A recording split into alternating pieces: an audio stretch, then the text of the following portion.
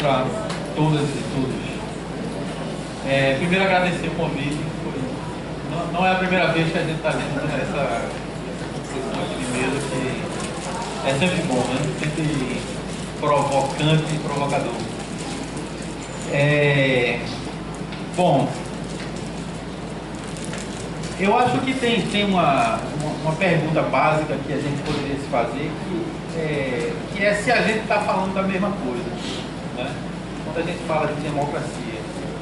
Porque às vezes parece isso, faz parte de um processo de fixação de sentido, né? Portanto, de naturalização, a gente supor que quando a gente emite essa palavra, democracia, a gente está pensando a mesma coisa sobre esse significante, democracia. E aí eu lembro muito de um conceito de um analista do discurso chamado Dominique Manguenot, e ele fala de inter-incompreensão, né? A gente se inter-incompreende porque a gente fala pensando coisas diferentes, no exemplo agora sobre democracia, e no entanto a gente age como se estivesse falando da mesma coisa. Isso aproxima muito, essa minha fala, com outro léxico, né, obviamente, aproxima muito eu acho, né, dessa crítica que tu fazes sobre a questão de ter virado coisa, né?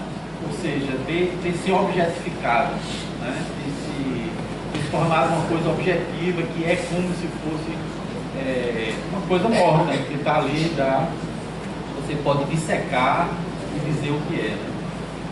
Então, nesse sentido, eu prefiro muito mais trabalhar, se é de usar a democracia, e talvez, eu nunca fiz essa avaliação, nunca parei, não tenho opinião sobre isso. É importante a gente não ter opinião também. Porque uma das desgramas do ambiente acadêmico é a gente achar que tem que ter opinião sobre tudo e que tem que ter certeza, né? É muito bom ter dúvida, né, velho? Muito bom ter dúvidas, muito bom não saber exatamente, porque eu acho que a gente vive numa encruzilhada, né? E nessa encruzilhada muitos caminhos podem se abrir, né? E quando a gente tem muita certeza, a gente entre ter muita certeza e ser autoritário também é muito próximo, né? A gente tem que tomar cuidado com isso. Eu vou tentar desenvolver um pouquinho mais isso, se não der tempo nessa minha fala agora, no debate eu vou tentar desenvolver um pouco mais isso. Então, eu gosto muito dessa ideia de trabalhar a democracia como horizonte, exatamente por entender que é difícil e é complicado você falar na existência de uma sociedade democrática quando efetivamente... Não está escutando bem, não?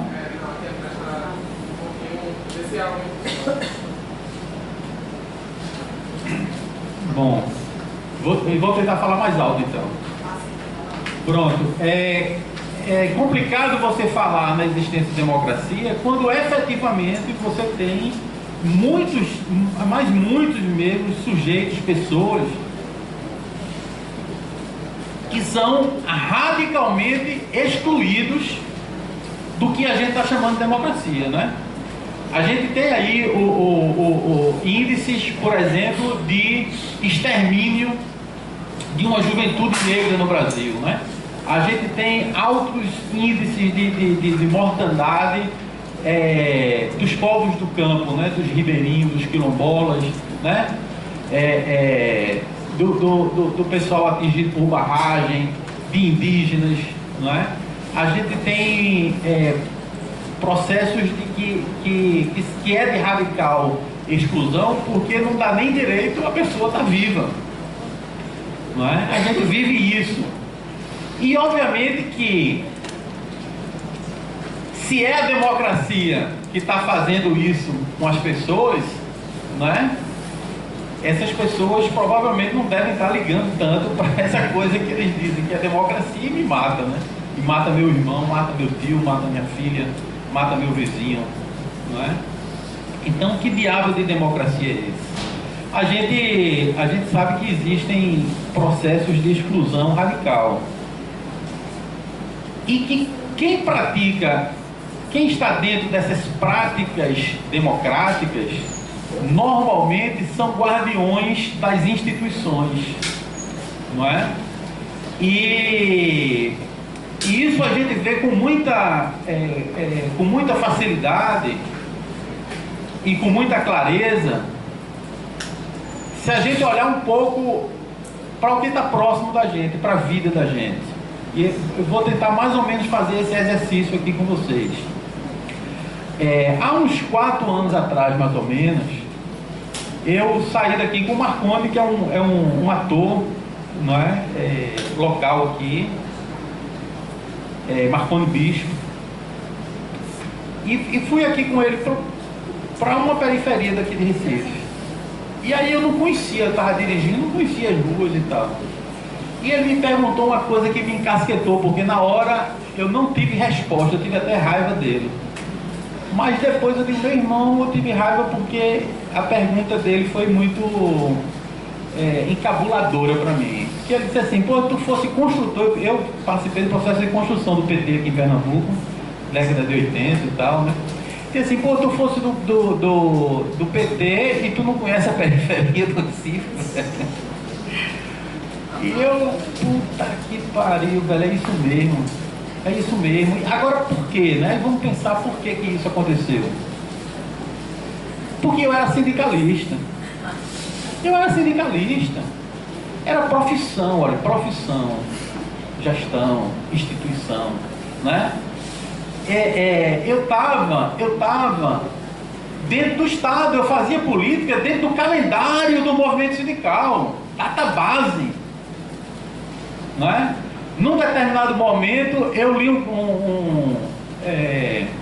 um ativista negro chamado Abdias do Nascimento, que é um grande intelectual, que já faleceu, brasileiro, e Abdias metia o cacete em Caio Prado Júnior, metia o cacete, mostrando que ele excluía os negros como sujeitos na história do Brasil, excluía, e que esse marxismo não dava para ninguém, estava equivocado.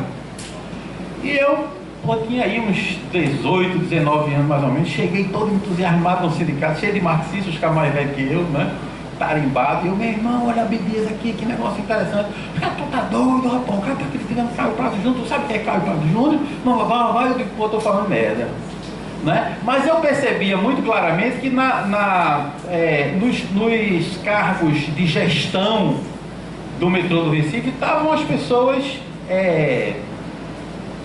claras, as pessoas brancas, que a gente considera dentro do sistema de diferenças da gente, e que os negros estavam era tudo peão de via, a maioria era maquinista, ou era manobrador, ou era técnico lá dos mais rasteiros e tal. Se o cara fosse já técnico, né, tivesse um salário melhorzinho, possivelmente já ia clareando a pele, etc.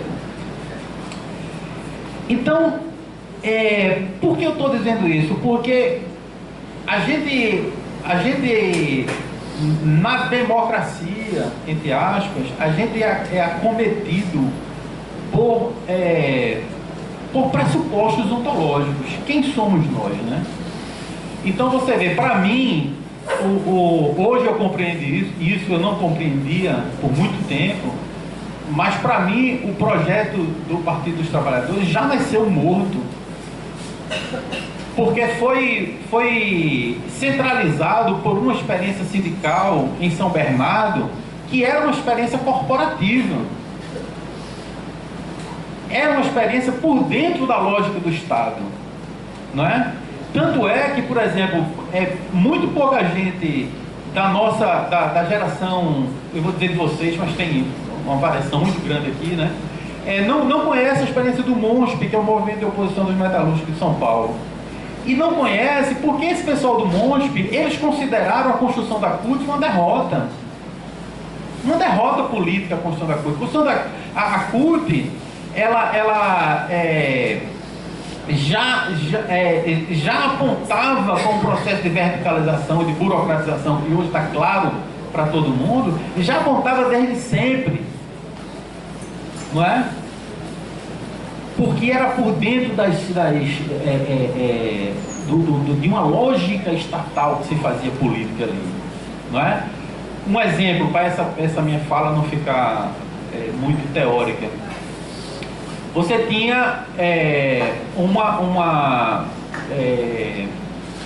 articulação política no início da década de 80 em prol da construção de conselhos populares. Esses conselhos populares era poder na base da sociedade, não era poder dentro de um partido, não era poder dentro de uma organização, nem dentro desse modelo maluco que formaram aí, que chamaram de democracia participativa, que obviamente é uma democracia para inglês ver.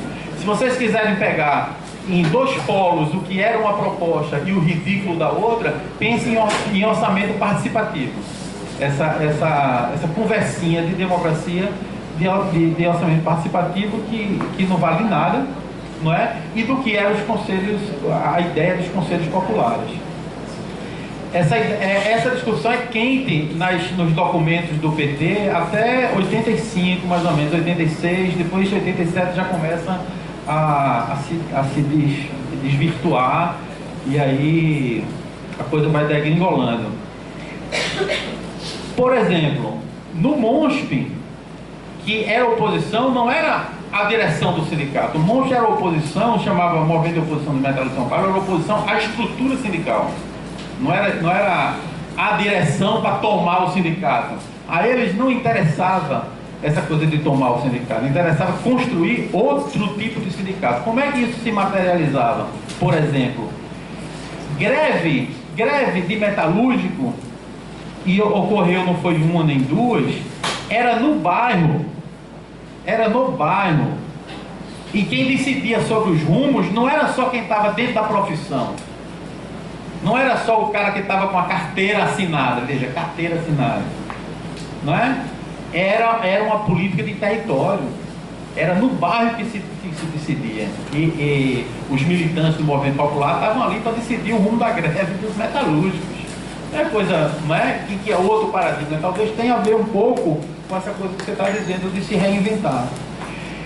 E a gente hoje, de anarquistas a marxistas radicais, etc, fica tudo, velho, querendo regulamentar profissão de pedagogo. Pelo amor de Deus. Fica querendo defender a unhas e dentes a disciplina de sociologia no ensino médio. Pelo amor de Deus, a sociologia que se exploda, porque é pensamento disciplinar, já marcado, não é pensamento vivo, não vai garantir nada, né? Aí as pessoas ficam disputando por dentro de uma forma escolar carcomida, que nasceu para dominar, que nasceu para colonizar a gente. E a gente fica tudo defendendo escola, melhorando não sei o quê. Por quê? Porque é espírito de corpo.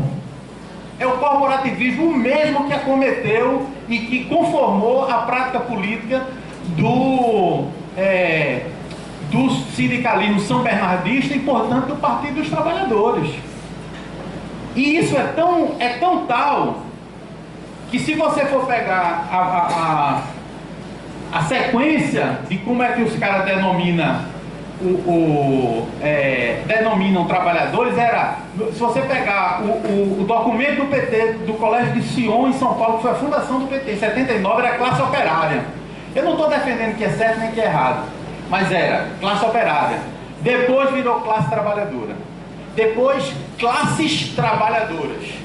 Depois cidadão, eleitor. Pronto, lascou-se, velho, lascou-se, né? Aí a gente tem que pensar isso, né? Fazer política e a forma como a gente faz não são coisas que estão distintas, não é?